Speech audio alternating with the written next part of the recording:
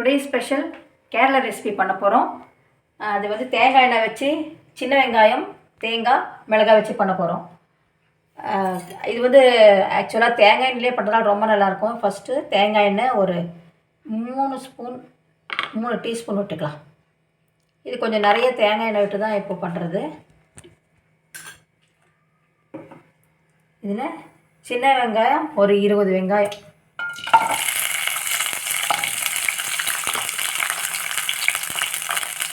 காஞ்ச மிளகா ஒரு 6 மிளகா. நம்ம கொஞ்சம் அதிகமாக செய்யணும்னா இன்னும் 2 மிளகா கூட போட்டுக்கலாம்.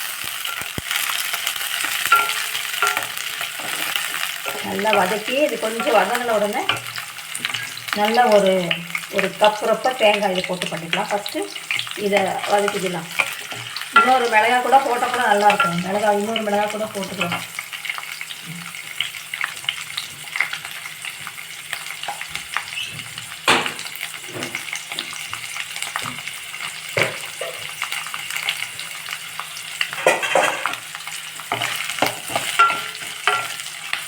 இது சின்ன வெங்காயம் ஃபுல்லாக சின்ன வெங்காயத்தை வச்சு தான் செய்கிறது.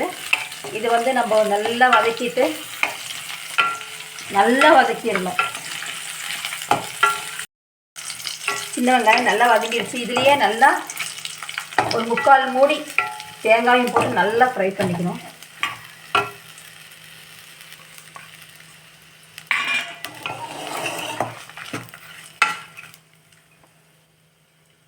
நல்லா வதக்கிடலாம். தேங்காவை நல்லா ஃப்ரை பண்ணிடலாம். தீயாமல் நல்லா ஃப்ரை பண்ணிடணும்.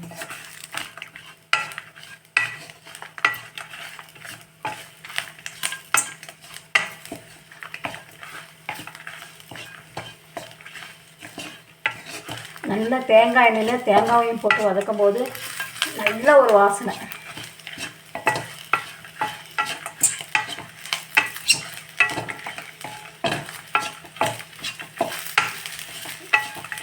இந்த அளவுக்கு நல்லா வதக்கியாச்சு.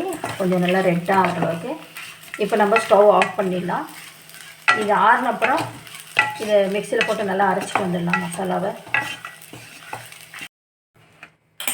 மசாலாவை அரைச்சிட்டு வந்தாச்சு. இப்போது திரும்பவும் தேங்காய் எண்ணெய் ஒரு 2 டீஸ்பூன் தேங்காய் எண்ணெய் விட்டுக்கலாம். இன்னும் திரும்பவும் வேறு தாளிக்க போகிறோம். அதுக்கும் திரும்ப தேங்காய் எண்ணெய் தான் வேணும். இப்போ இதில் சின்ன வெங்காயம் கட் பண்ணி வச்சுருக்கேன். அப்போ முழுசாக போட்டு வதக்கணும். இப்போ அதே சின்ன வெங்காயம் ஒரு 10 வெங்காயத்தை எடுத்து நல்லா சின்னதாக கட் பண்ணியிருக்கோம். வதக்கிடலாம்.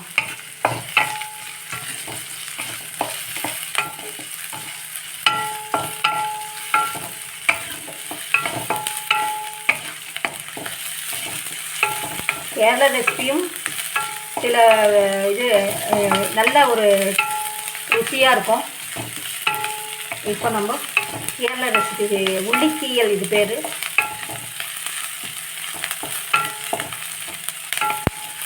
கீயல்லாம் நல்லா வதக்கிறது தான். வெங்காயத்தை நல்லா வதக்கி அப்போ அரைச்சோம். திரும்ப இப்போ நல்லா வதக்கிட்டு பாருங்கள், அதுக்குள்ளே நல்லா வதங்கிடுச்சு. நல்லா பிரிஞ்சிடுச்சு. நான் வதக்கும் போதே வெங்காயம்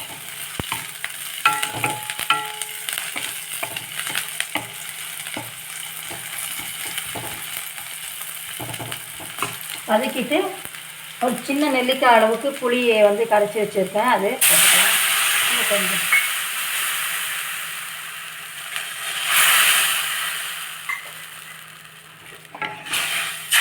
இது நல்லா கொதித்து இதில் வந்து ஒரு சின்ன வெல்லம் ஆட் பண்ணிக்கணும். இதில் வெல்லத்துண்டு ஆட் பண்ணிவிட்டு இப்போ வந்து வெல்லம் வந்து இதிலே கரைஞ்சிடும்.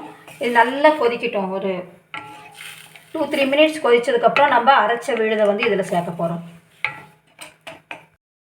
தேவையான உப்பு போட்டுக்கலாம். இதில் ஃபஸ்ட்டு நல்லா புளி கொதித்து இந்த பச்சை வாசனை எல்லாம் போயிடுச்சு. இதில் இப்போ உப்பு போட்டாச்சு. இப்போது இந்த வெங்காயம் மிளகாய் தேங்காய் எல்லாம் வறுத்து அரைச்சி வச்சுருக்கோம் இல்லைங்களா, இதை வந்து இதில் சேர்த்துடலாம். கொஞ்சம் மிக்சியில் தண்ணி ஆட் பண்ணி அது போட்டுக்கலாம். இதில்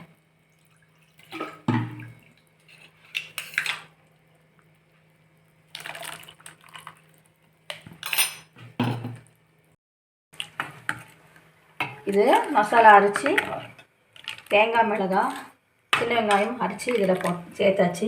கொஞ்சம் கெட்டியாக இருந்தால் லைட்டாக கொஞ்சம் தண்ணி சேர்த்துக்கலாம். உப்பு போட்டாச்சு, எல்லாம் போட்டாச்சு. இது நல்லா ஒரு 2-3 மினிட்ஸ் நல்லா கொதிக்க விட்டால் இதுக்கு தாளிப்பு கொடுக்கணும். அப்புறமா இப்போது இது கொதிக்கட்டும். ஒரு நிமிஷம் கொதித்த உடனே அதுக்குள்ளே நம்ம இதில் வந்து ஒரு தாளிப்பு ரெடி பண்ணிடலாம். இது நல்லா ஒரு 2 நிமிஷம் கொதிக்கட்டும். இது இந்த பக்கமாக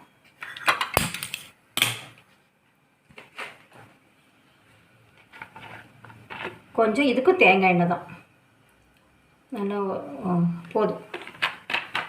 1 டீஸ்பூன் தேங்காய் எண்ணெய் விட்டு இதில் கொஞ்சம்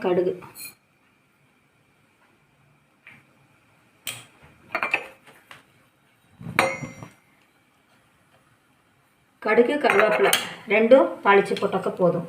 இது கொதிச்சிட்ருக்கு. அதுக்குள்ளே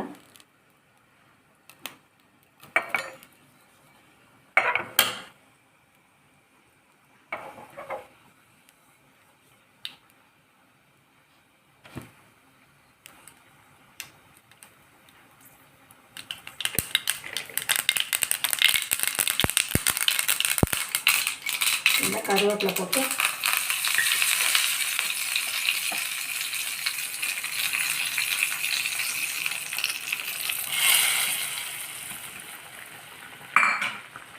கொடுத்தாச்சு. இது பாருங்கள், அதுக்குள்ளே நல்லா கொதிச்சாச்சு.